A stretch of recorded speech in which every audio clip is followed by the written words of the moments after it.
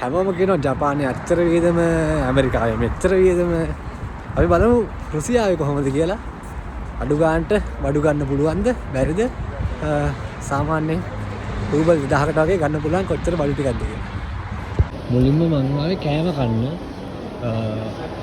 මට දෙන රෝස්ටික් එක. මේක රෝස්ටික් එකක් දෙබ්බට මේක තමයි KFC කියන්නේ. මෙන්න මේ අයිටම් තුන තමයි මම ගත්තේ. මේකට වෙනවා 319ක්. බඩු කෑල්ල ඇවිල්ලා තියෙන්නේ මං ගත්තේ බර්ගර් එකයි, මෙතන තියෙනවා රෝල් එකක්, මෙතන තියෙනවා අයිස්ක්‍රීම් එකක්. මේ ඔක්කොම ගියේ 300යි.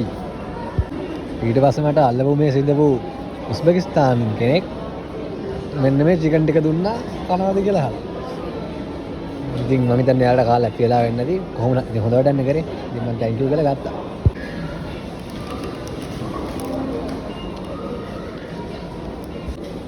මේ රොටි එක 68යි උනේ රූබල්. මේක සාමාන්‍යයෙන් ඇත්තට මේ ගන්න මාරම ලාභයි. මේකේ තියෙන්නේ චිකන්. නා චිකන් කෑල්ලක් තියෙනවා. ඉතින් කාලේ ඉවරනට පස්සේ අපිට ඕනි නම් මේක මෙතනම තියලා යන්න පුළුවන්. මොකද මේව අස් කරන්න කට්ටිය ඉන්නවා. අර පේනවනේ. සමහර අය ඉතින් ඒවා ගිහින් දානවා. මේක තමන්ගේ ක්වොලිටි එක. කියන්නේ තමන් කාපු දේ තමන් ඩස්බින් එකට දාලා ඉතින් කරා නම් මෙතන වැඩ කරන කෙනෙක්ට ලේසි වෙනවනේ. ඉතින් මම මේ ගිහින් දාලා එන්නේ. දැන් මම යනවා මට ඕනි කරන බඩු ටික ගන්න මෝල් එකට. ඊට පස්සේ ඉතින් කරත්තයක් ගන්න ඕනි.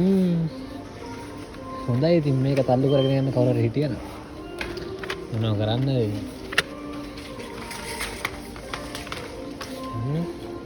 මට එකක් ඇති. මට වැඩි බඩු ගන්නෑ. මම මුලින්ම ආයේ පාන් තියෙන තැනට පාන් එකක් ගන්න ඕනි. හදිස්සියට වැඩ කරන වෙලාවට කන්න හදාගෙන යන්න.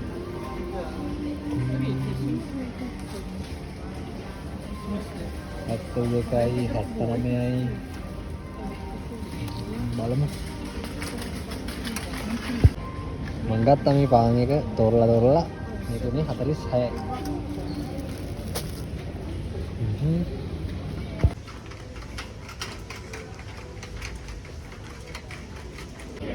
මං ගන්නවා තේ එකක්. මේක බලන්න.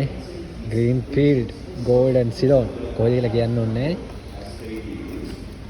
මේක ඇත්තටම හොඳ තේ කොළ එකක්. මම කලිනුත් තරන් ගිහින් තියෙනවා. මෙතන තියෙනවා පැණි කජුමේ. ලංකාවේ ඉතින් වන්දනා ගමනක් ගිහින් ආවොත් එහෙම අනිවාර්යෙන් ගෙදරට ගේන දෙයක්. මේක 33යි. මෙතන තියෙනවා කේක්. මෙහි කේක් ගැන නම් ඉතින් කියන්න දෙයක් නැහැ. වෙනම ලෙවල් එකක් තියෙන මාරම රසයි. අත්තම මම මෙතනින් යන්න කැමති නෑ. බොහොම ඉවසීමෙන් තමයි මෙතනින් යනකොට යන්න ඕනේ.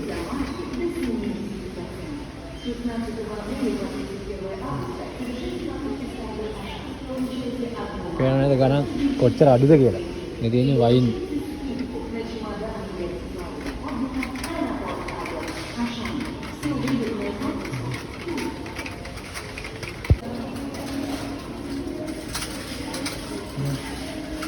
මේ බොටල් එකම 1100 සාමාන්‍යයෙන් දවසක පඩිය අවම 3000ක් හම්බෙනවා මොස්කෝව ජීවත් වෙන කෙනෙක්ට.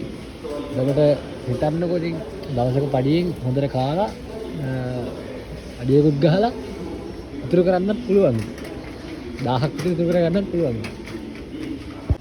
මෙතන තියෙන සේරම වගේ වොඩ්කා රුසියාවේ තමයි ලෝකේ හොඳම වොඩ්කා තියෙන්නේ. ඉතින් ගානක් ගොඩක් අඩුයි. 499යි.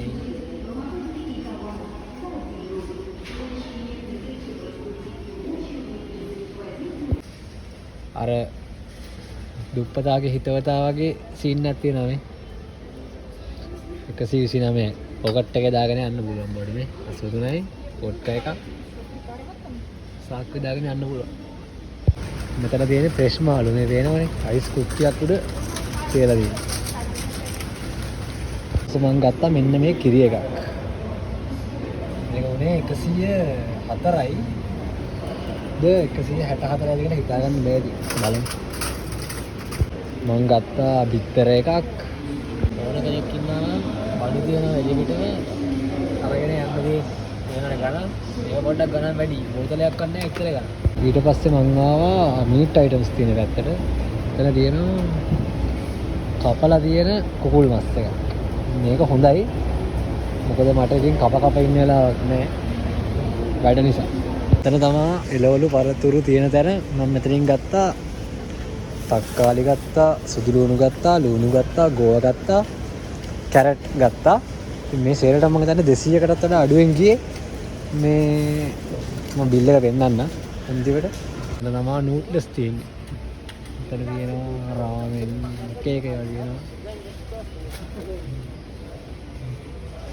රාමෙන්